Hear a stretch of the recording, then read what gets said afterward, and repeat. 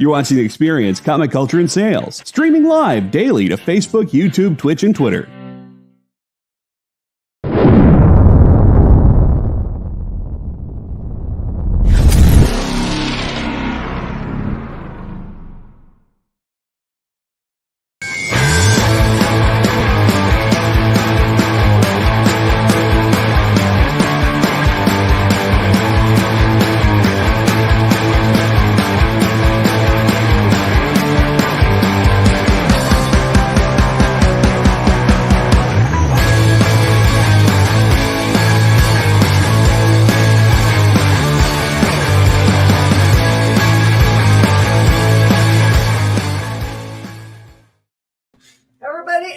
Welcome. It's time for Minute to Skim It. Sorry we're slightly late today. Computer was being a poop.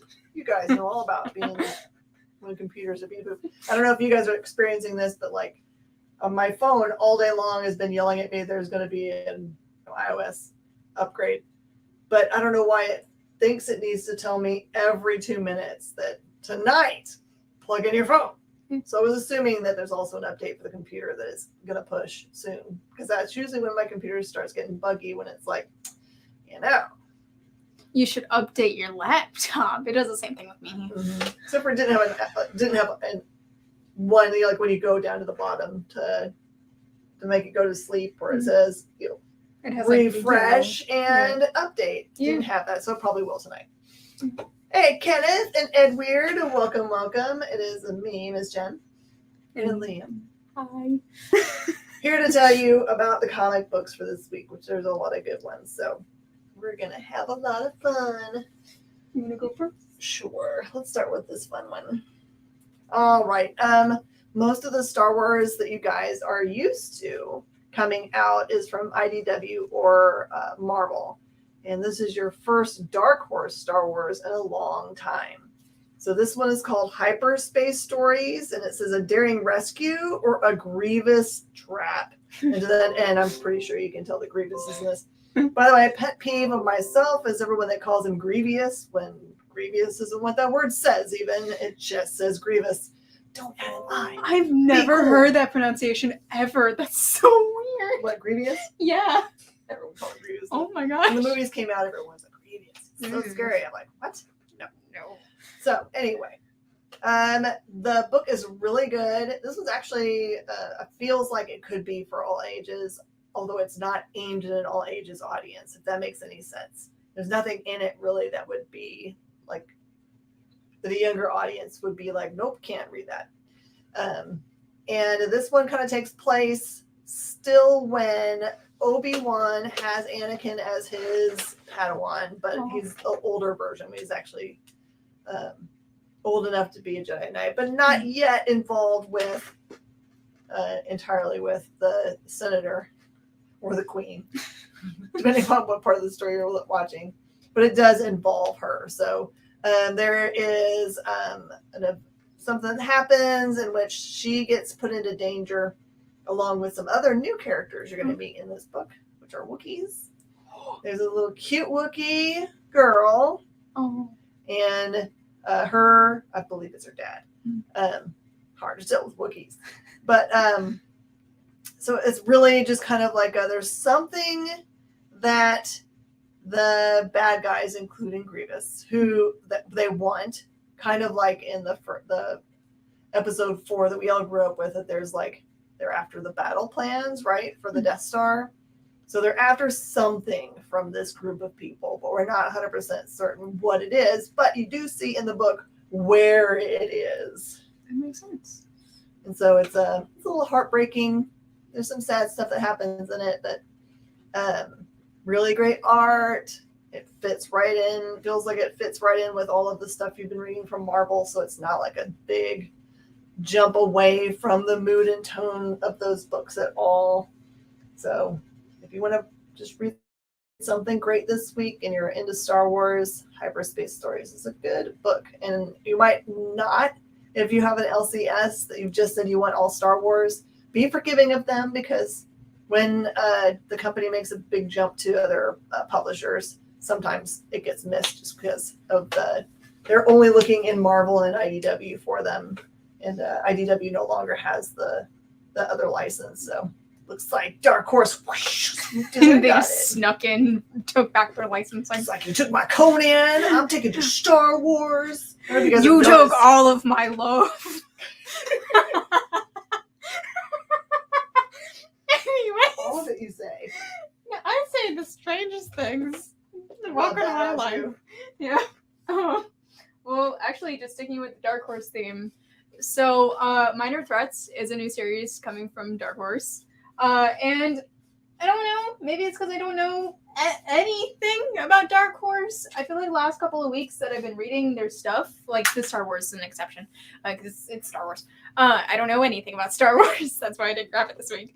But I don't know. Like, I feel like the last couple of weeks that I've been reading them, I'm just confused because I didn't grow up with Dark Horse, and a lot of the themes that they have in it. This is Like- a completely new thing, so it doesn't Yeah. matter.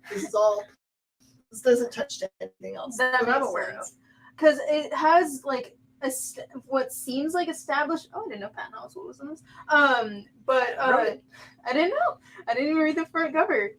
But like, there's heroes that have previous backstory that I guess you need to be assumed you know the backstory of the heroes, and not knowing anything about Dark Horse, I feel like the last couple of weeks I've been reading stuff that has established backstories that I don't know anything about.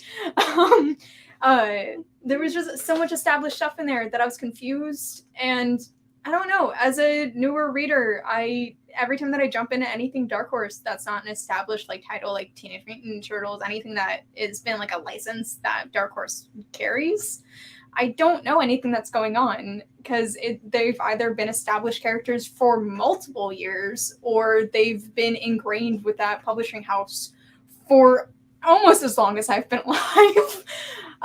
And I don't know, it's upsetting. Like, there is references to overarching, like, all throughout the universe, like, not just Dark Horse, like, there's references to Marvel, a little bit of DC with masks that are in a bar. But that's about it. I wasn't a huge fan. There was like random backstory that was there that I didn't understand at all. Girl was like just suddenly released from prison, zero backstory. Like, her mom's a famous hero with no backstory there either. I couldn't tell if it was flashbacks or if it was actually like actively happening. I was super confused, and I don't know. I'm like, I think they're villains. I think they're villains. I too. think so, but it's never established if they're villains, if they're heroes, if now powers are like a genetic thing, if you just develop powers or anything of that nature. It's just thrown at you with assumptions that you already know what's going on. And I don't know. I've been kind of upset with Dark Horse the last couple of weeks. I don't know. They give you like characters that I feel like are already established because they give that general idea of these are established characters and Dark Horse is like superhero universe. And I have been reading Dark Horse for a long time, nor do I really ever. And I don't know. I've just been kind of disappointed with Dark Horse. Stop picking Dark Horse titles then, dude. I don't do it like on purpose. That's the thing. I try to give them a chance. And I'm kind of done giving them a chance.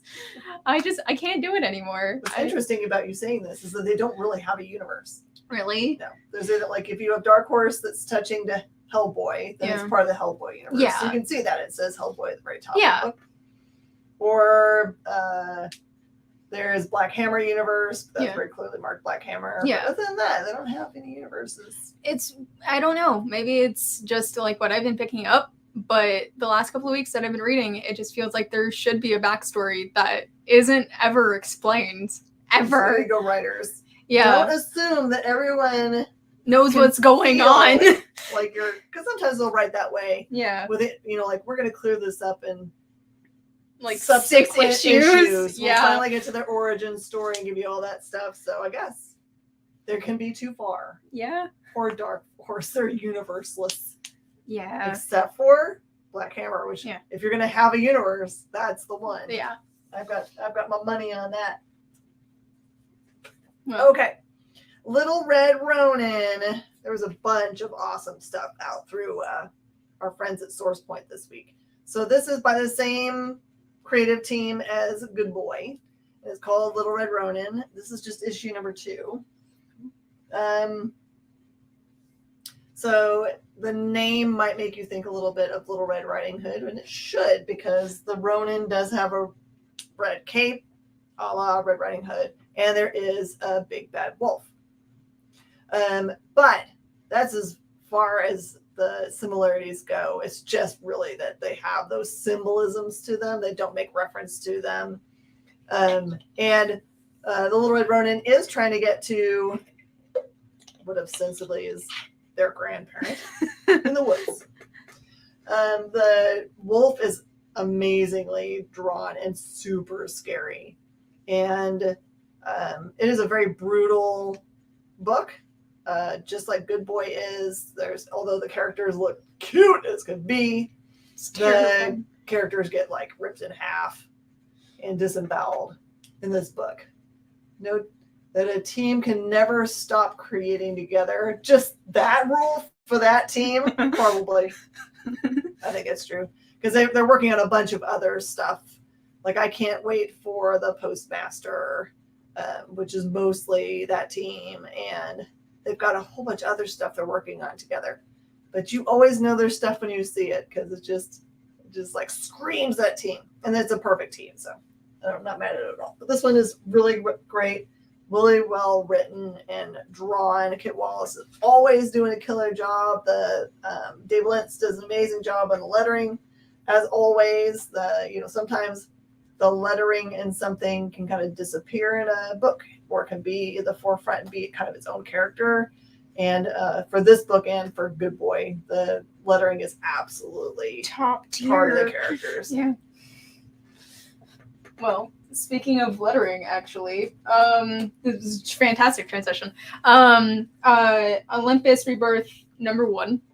Apparently, it's part of the Wonder Woman universe, and I don't read Wonder Woman. I never really grew up with that. I just didn't. And you don't need to know anything about Wonder Woman. They're just very vague references. There was a first editor's note that was like, go back to this issue to understand what's going on. And I'm like, this is a Wonder Woman series? And I was a huge Greek mythology nerd when I was in 6th grade. Massive. Did a project on Aphrodite. Learned a lot of things at a 6th grader about Aphrodite's story that I never expected as a 13-year-old to learn. And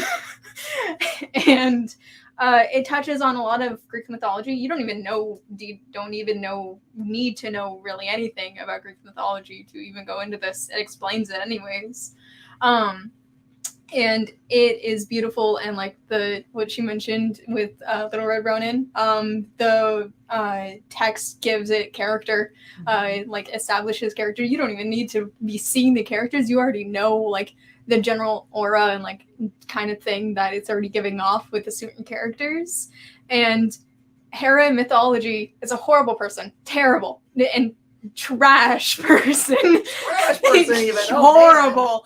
Her and Zeus are in a very abusive relationship with each other, and they take it on all of their kids. Which is why Dionysus is an alcoholic. Which is true. It's part of mythology. And the way that they portray her in this is perfect to mythology. It is fantastic. If you like anything Greek mythology, pick it up. It's beautiful, and the art in it is gorgeous. The text lettering is beautiful. They touch a little bit on Diana and all of that with the Wonder Woman universe, and she's barely even interacted with it, which is perfect for somebody who doesn't know anything about Wonder Woman. And I thoroughly enjoyed it. I recommend it. It's not my pick of the week, but I recommend it strongly. See, that's saying a lot. So this is the contrast, right? You have something that I think is original, that Patton Oswalt put together, these minor threats, which felt like you were a little lost. And then you have this thing that's clearly part of a huge universe and an ongoing story arc that they've been working on across a couple different titles. And this is a successful version of jump in somewhere and you'll be fine. Hey, cool gamer. Hey. Okay, what's the next? We'll go up since we're gonna kind of go together. We'll go to Good Boy. All right, everybody. Good Boy number 4, which is the end of the middle arc. So it's designed. Good Boy is designed to be. The first arc was 3, middle arc is 4, final arc will be 3. So this kind of finishes out a little bit that story arc about the big group, the band of brothers, as I call them, for Good Boy, which includes, this is Abraham. And remember that Flint goes to, like this cool clearing in the middle of the woods where the, like the kind of like retired assassin guys hang out. I think they call it the farm. The bad guys that are after him still find, Flint there, and there's a lot of those agents that die kind of protecting him, getting him away, and there's a traitor in their midst. So this finishes up that arc of the traitor and all of that one main bad guy that's been kind of the bane of their existence for a while. It continues with its very graphic imagery of just a lot of violence, just like if you were watching John Wick, but actually I think it gets away with a lot more. Because it's a comic. Yeah, because most of what he does is just gun work. Yeah. And there's a lot of like samurai sword work and knives and very excited. There are robots. There are robots in this one. Nice. It pops everywhere. That's right. Heads popping. And the thing that if you guys pay attention in the book, do pay attention to the lettering, because there are a bunch of times in what Kit does where, and the letterer, Dave Lentz, they, instead of just having the, the pop or whatever, it gets spelled out in the background and it's bloody. I love that. And it's like part of the whole storyline. So enjoy that kind of stuff. I'm going to tell you something that's cool about the way the art is done for these books, is that traditional comic book art that's not digitally done is done on, big pieces of Bristol board, 11 by 17. Beautiful. Big things. And sometimes bigger than 11 by 17s. Yeah. But for their books, Kit works on little pieces of paper that are like that. So if someone tells you they've got an original and it's on Bristol board, that's not true. It's just on regular white paper like you'd use for your computer to print on. Yeah, there's 2 original pages out in our store if you wanted to go look at what an original page looks like. That's really cool. Gorgeous. It's gorgeous, but he's just like he's just very.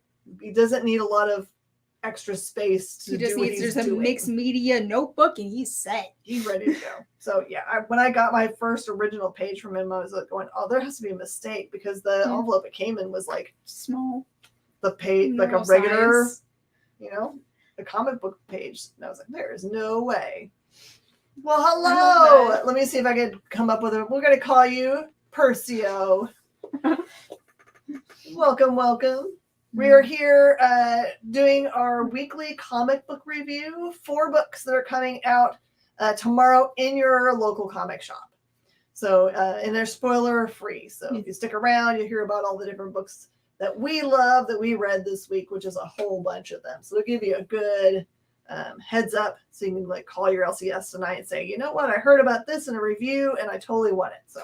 And she knows that I'm behind on Good Boy too. So I appreciate her reviews, because I try to read it volume at a time. And now that it's finished, I can finally catch up, which is fantastic. Yeah, you'll like it. It's it's very fulfilling. Yes. Hey, Kleinman, how are you doing, man? Hey, Are you back from vacay? Well, then we both read Gun Honey. Yeah, Gun Honey Blood. I cannot control myself around crime noir. So good. I loved it. The art in it was gorgeous. I will warn, viewer discussion advised, there is 2.5 pages of nudity. There's a whole just 2 pages dedicated to just a naked woman. It's part and parcel of that series. This is the second series of Gun Honey. So, which they do explain that, which is, it's nice. Not knowing, they mention it in this, that there's a previous series that happened with this. And I appreciated that. Not knowing that was a previous series. I was like, okay. It gave me if the Bond girls were Bond. And I thoroughly enjoyed it. I thought it was really good. And the art in it is gorgeous. What'd you think of it? I really, really liked it. It's very clear that Gun Honey is not just some eye candy for the series. She seems like she knows how to handle herself. And in this one, you really get the idea that there is somebody that's out there that is doing killings using what appears to be Gun Honey's weapons. And therefore maybe framing Gun Honey for all of these things. You Brazil, you read a lot of Marvel stuff only. We're going to give you all kinds of reasons to love everything else too. As a huge indie nerd. Mm-hmm. So then, we both really enjoyed it. That's what it sounds like. Kyle says, gone to 3 different places and can't find Diet Mountain Dew. Everyone pray for Jay. That's because you drink Diet Mountain Dew, you sinful person. How dare you? It's only true Mountain Dew in this house. I haven't had Mountain Dew in so long. I love Mountain Dew. They've been doing a lot of good stuff. Well, I'm going to go on in depth on Mountain Dew if I continue. So, that was... This makes me... I'm, like, really stunned. So, Perseog 91 says their government doesn't allow them to read DC. There must be so something weird. Something weird and interesting about that. I've never... through an IV, same. That's weird. Okay, we got mad. Everyone raise up your hands if you are a Diet Dew person and change all of our minds about it. It's the same. And don't tell that to your diabetes. Oh, no. Okay. And also, if you're brand new to the show, the way that we reach more people is if you share it to your friends. And if you subscribe, it'll help give them notifications that you're doing it. So you can also ring the bell, so it'll give you notification when we come live. And if you're following us on Facebook today, you can just send me a direct message to Jen King. And after the show, I'll send you an entire schedule of all the other kind of shows that we do, because we don't just do this show. We do all kinds of shows. We definitely get comic books into your hands, no matter what. But once a week, you see my dumb face. But then two days a week, you get to hear my voice behind the scenes. Liam is super important. Aw. If he's not here, your stuff doesn't go in a pile. Yeah, that is completely fair. Mm-hmm. Did I talk about the end after? Nope. That was me. Not yet. Yes. But I am going to talk about my good friend Ron V's book, Detective Comics. This is the second book in his arc for this book. And I know you guys, please tell me that you read 1062 and got addicted, because I had so many people add Detective Comics to their polls just because of this run. I had like 3 or 4 people last week just add it to their poll box, and I was like, oh, okay. Okay, so let me see if I can get you a little bit caught up. So for what's happening in this one kind of focuses in on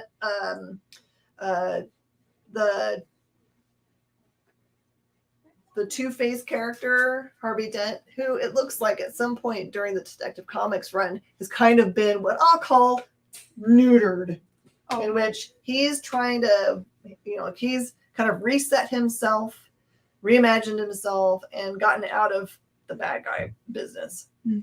And he seems very sincere about that. And he's covered up his half a face with a gold mask, and that looks really cool. I love that. But there is like big time major things happening behind the scenes that Batman is really trying to figure out what's been going on. I don't even look at it. I was like, when I'm envisioning what's going on. So this I don't know if you guys know this about Rom, but he is also a musician. Oh, I didn't know that. A lot of his other like books have a lot of references to music, or he'll use them in the story. If you have not picked up his original graphic novel that came out through, I believe it's Image, Blue and Green, that is such a good book. But that one's definitely steeped in music, I need to specifically jazz. But for this one, he brings music back in, and a character that has been around before, or at least is presented as being around before. Since I am not an expert in the Batman backstory for all the characters, this character could have been around before, and you'll be able to tell me next week. But it puts forth a premise that music or sound might be able to be used to change someone at their core, like about their personality or their behaviors. So it seems very simple when I say it, but the complex manner in which it's presented will blow your mind. It's between this week and last week's Riddler offering, which was the single shot. I just realized that the other day. I was like, all of them are single shots that they're doing. Is it a day in the life, one day? I think it's one day. One bad day. One bad day. Yeah, that one bad day Riddler. You got to go pick it up. But those are all going to be single shots. And that one bad day Riddler was like, heck, if that Riddler existed, then Batman should just give up now. Oh yeah. I people who came back in after reading it, they were like, I loved it, and I was like, oh, I need to give this a chance then. I don't even know if we have any more on the floor. That's the problem. There's definitely some out there, because then I'll check it out. Well, I'm gonna get Book of Shadows out of the way. So if you saw last month, I read the first issue of this, not knowing anything about the entire Valiant series, any of those characters, anything. I talked to Jenna, our producer's wife, and she was surprised that I read it without knowing anything. And so this issue was a lot of exposition, which I'll give it that. It's a second issue, kind of needs to happen at some point within the first 4 or 5 issues. There needs to be exposition, just to give a bit of plot premise in the way.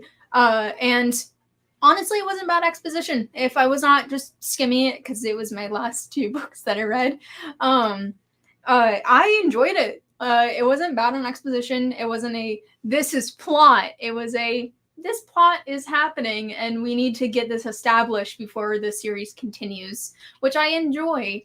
It wasn't like a random battle that happened. It was a continual to give some establishing character arc.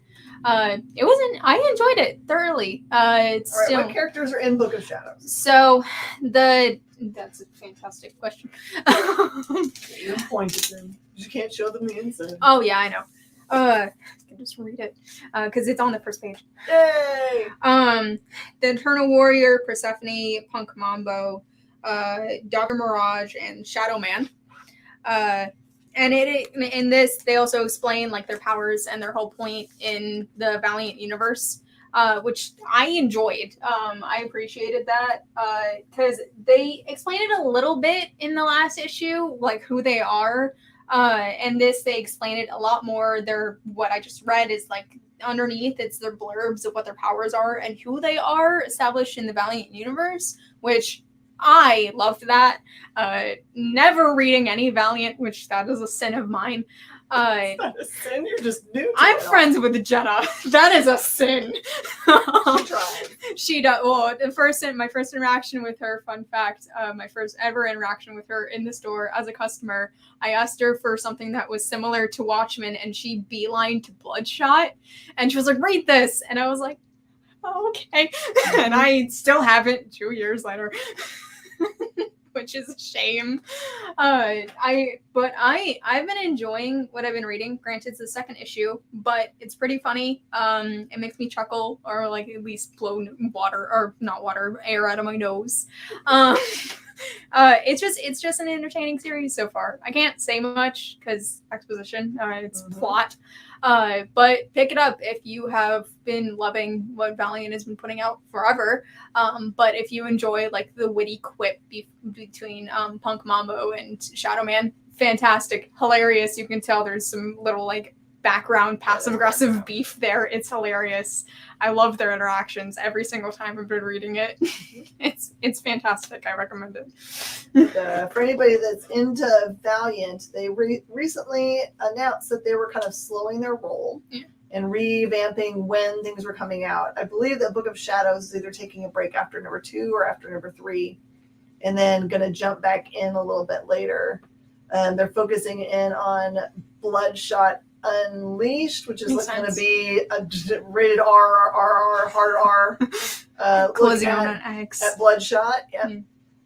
Imagine Vin Diesel getting to like just rip it all up. And then also jumping into the new Exo-Man of War series, which is being drawn beautifully by Liam Sharp. Ooh, so I'm very excited for that. Find images online. It's so good. I've been seeing what he's been doing with Starhenge. I'm very excited. All right. Rob Guillory's Farmhand. This is number 20. If you've never read Farmhand, I'm going to get you kind of caught up with that. Farmhand focuses on one family who the patriarch has figured out a way to grow body parts like livers and kidneys and eyes and whatever a person might need as replacement parts, but there he grows them like plants, and so therefore they don't get rejected by bodies because they're not from another person, and those kinds of things. But there's a kind of like this backstory that's been building about how did he learn to do that? Why is he the only person that knows how? Other groups of people that want to know what his secret is, because there's a lot of money to be made in body parts. And so think of it as kind of like it's cartoon style drawn, but there's like mafia undertones and a lot of family strife. And it's definitely got fantasy in it because long ago in the series, you find out that what looks up first to be very safe isn't actually, that people start changing into part plant themselves. Oh. And so this one like really gets to like this kind of like, there's always been this like bitter battle between the father figure who knows all the things and his son, and like the wife and the mom, all of those things. There's been things that have happened in the series, which I don't want to wreck for you, that all come to a head in this one. So this is you can jump in here. Just know that there is stuff that has happened beforehand that will make those characters make sense, that there are people that part plant. Almost everybody has been infected by this plant-like stuff. Like they all have like veins and blood in them. So there is a trait of it. Am I incorrect there? Because I've seen it on the floor. I don't remember, but I have seen a trade. I've been needing to pick it up. Okay, should have a bunch. Okay, then yes, if you're in my situation where you do want to read it, but I found it when it was like at issue 10, I think. I got super behind, and after hearing the premises and raving reviews, I've been needing to pick up the trade. Trade's really the way to go right now. Yeah. Because to go back and try to get a number 1 is going to be difficult and maybe expensive. And no, not like Repo the Genetic Opera. I would say it would be more like, I don't know. There's nothing like it. Like Vault 22 like from his New Vegas. like his Chew series. Yeah. Well, there's my Fallout hyper special interest. There is a vault in New Vegas where the experiment was plants, and at some point the plants started taking over the vault dwellers and turned them into plant people. But yeah, that's doubting me. There's another reason to read the series. They have finished the first season of the show, so it will be dropping somewhere soon. I need to check it out then. Then I'll just get end after end out of the way since somebody asked about it. So the way that I have it described in my notes app and the way that I'm going to describe it exactly is like Potions Inc. If you've been following that story, a bunch of fantasy creatures or a bunch of fantasy people from like a D&D-esque world get thrown into our world. Just put it in reverse. Somebody from our world, from like the regular human Homo sapien world, got thrown into this fantasy world in the middle of a war. And it starts as soon as he gets dropped into this world in the middle of a battlefield. And all the people are like, here, take a weapon, help us. And he's like, what's going on? You can definitely feel the same way as the main character is feeling of just like, what's going on? I'm very confused, but in a good way. Of just like, there's something happening. There's like a race war happening. A bunch of people are fighting each other. There's a civil war happening. But why? I thought it was really entertaining. Granted, that was a very speed read. It was my last thing to read before we started the show. But Jen literally walked in as I was finishing up reading my books. And I thought it was really entertaining. It was really fun. The art in it is beautiful. It was gorgeous. It looked like pastel watercolors, but not like Starhenge, not like in that style. It was very much like it looked like a controlled pastel kind of thing. It was beautiful. The fantasy creatures in it are gorgeous. It was a beautiful version of like the D&D version of fairies. Gorgeous artwork, fantastic story. Pick it up if you liked Potions Inc. If you would like Potions Inc. but in reverse, essentially. It was very good. See, now you've read enough comic books and references to love it. Okay. Hopefully you guys have been picking up Bunny Mask. This is the second series called Hollow Inside. Bunny Mask is a very, very terrifying character, but this issue specifically is less focused on her as a character and more about her kind of guiding the lives of these other two characters in the background. So they've crossed paths before, but haven't really ever like connected in the way that one of them really would like to. Mm-hmm. So Bunny Mask in this one walks him through something kind of unrelated to her murdery stuff, because it's definitely a book that's steeped in like killing things. Mm-hmm. But it rolls it back around to these. You got them looking at each other in that background, so that'll probably be a little bit spoiler for you. Mm-hmm. But yeah, it's really, I love the series very much. And the art in it is by Andrea Moody, and he does such a good job on it. It's exactly like the cover art. You know, sometimes the cover art and the interior art are very different. In this case, they are the same. We got cool exclusive shirts when the series is getting announced, and I still have them at home. Super soft shirts. I'm telling you, Aftershock makes good shirts. They make really nice shirts. If you ever get a chance to get an Aftershock shirt, like you go to a convention and they've got them behind the counter. They're like plush. They're like amazing. Sleep in them. Oh yeah, I think I did sleep in it the night that we got them. It's really comfy sleep shirts. And I don't have AC in my car, and we live in Southern Texas.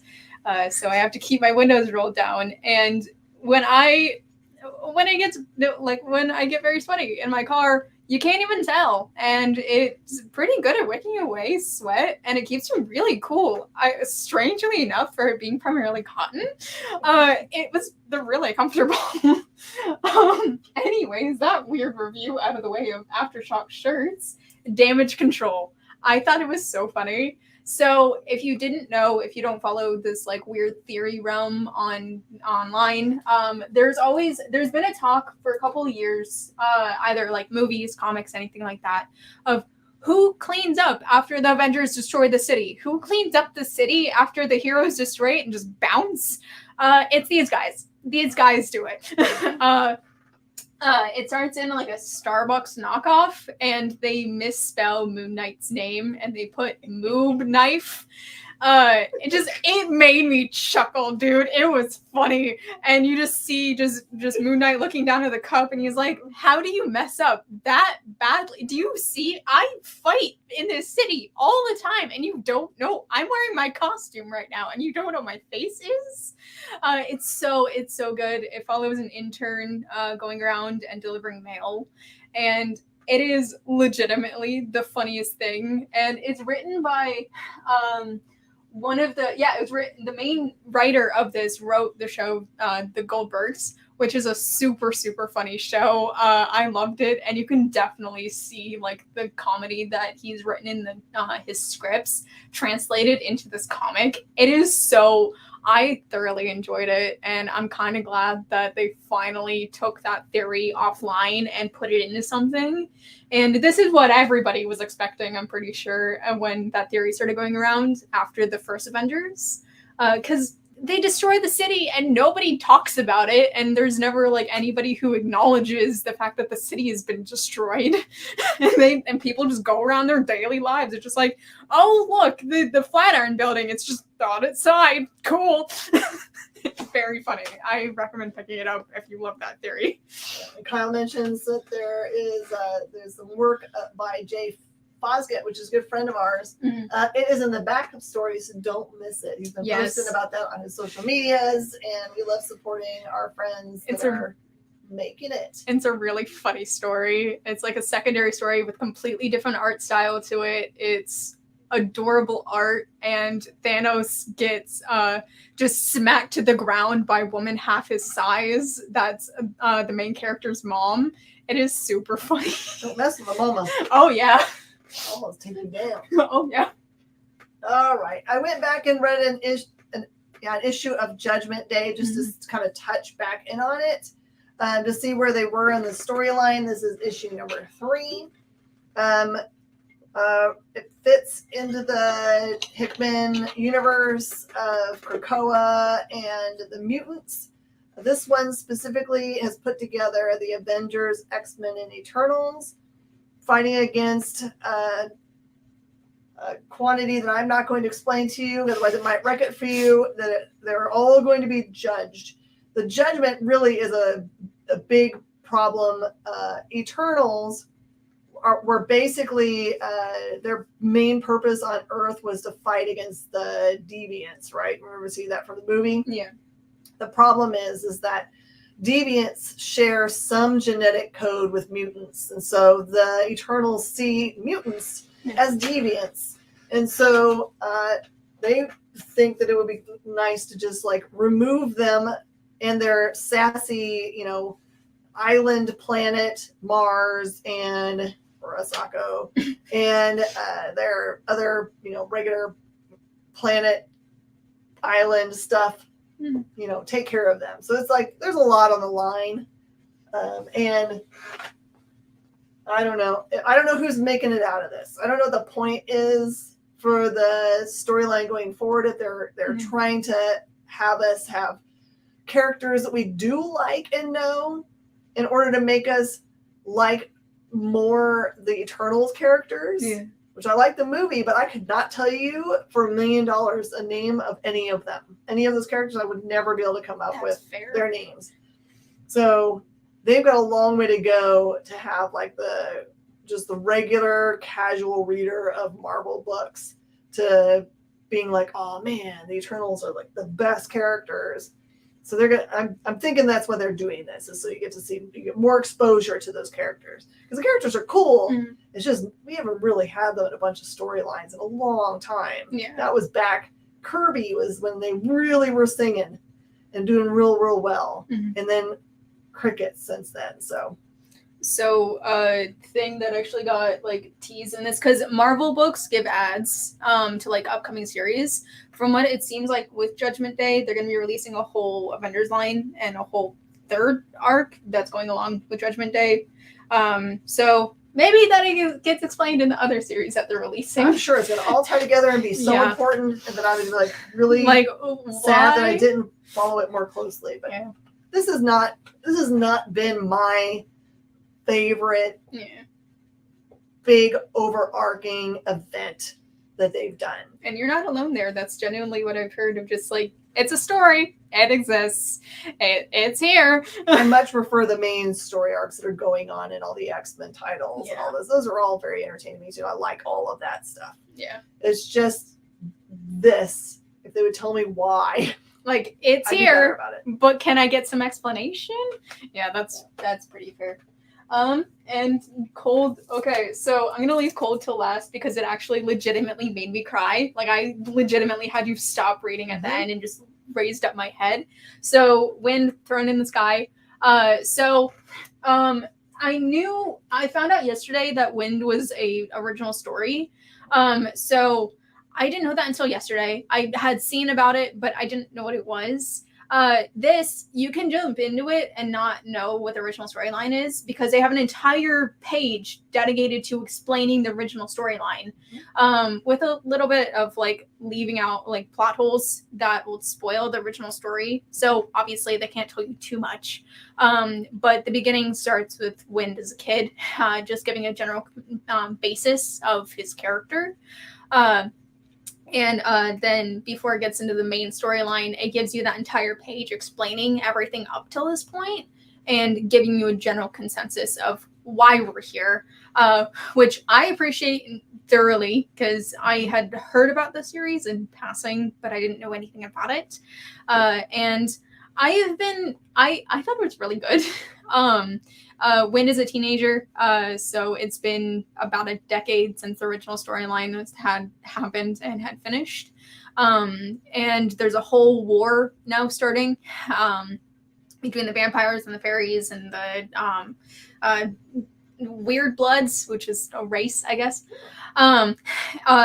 It's really good. It made me really want to play D&D again.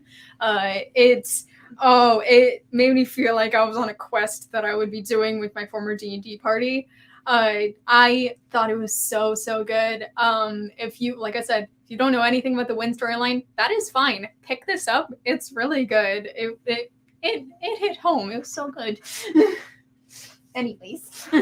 Fun fact, the Boom Studios crew are all huge D&D nerds. And that's not surprising with what I've been reading from them. Talking about Ross Ritchie and oh, wow. Yeah, the main people, like the adults. Yeah.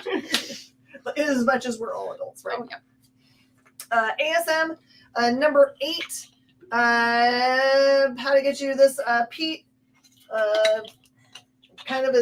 kind of gone on his own path, basically has been destitute for a while. And in this one, just for lack of time, in this one, he's been pitched an offer to go work for somebody, which is an interesting offer.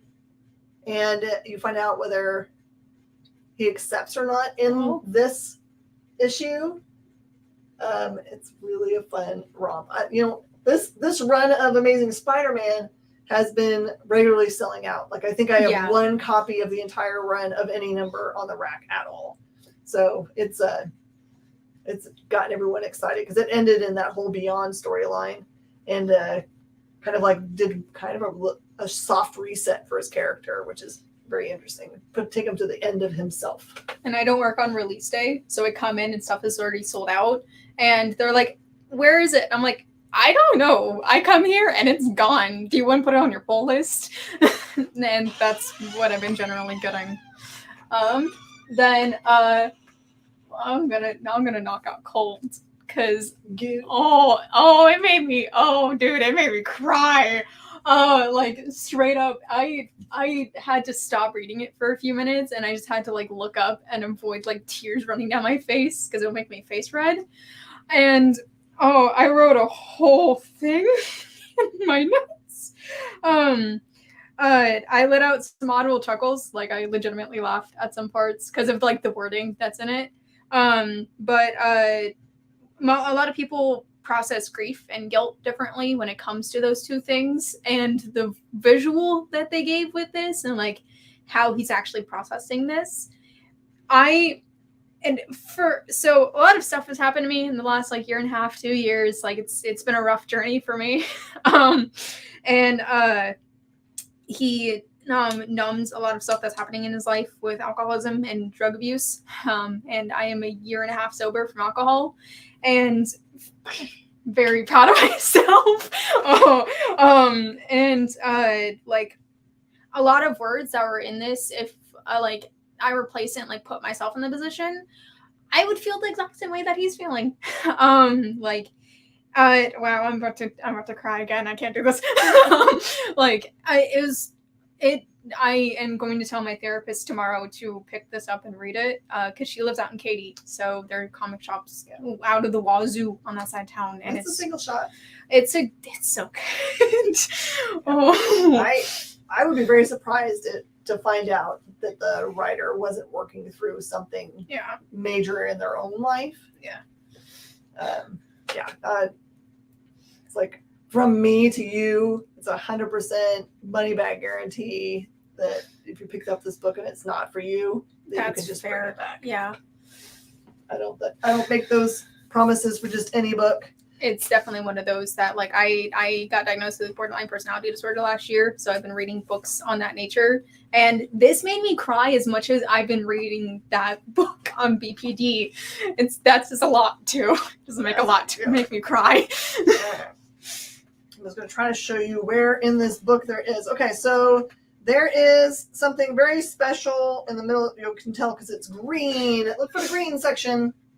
I can't show it to you because it's not release day yet. But about this far into the previews is an original storyline called The First Supper by Bad Idea. It is only going to be available in this form in the center of the previews.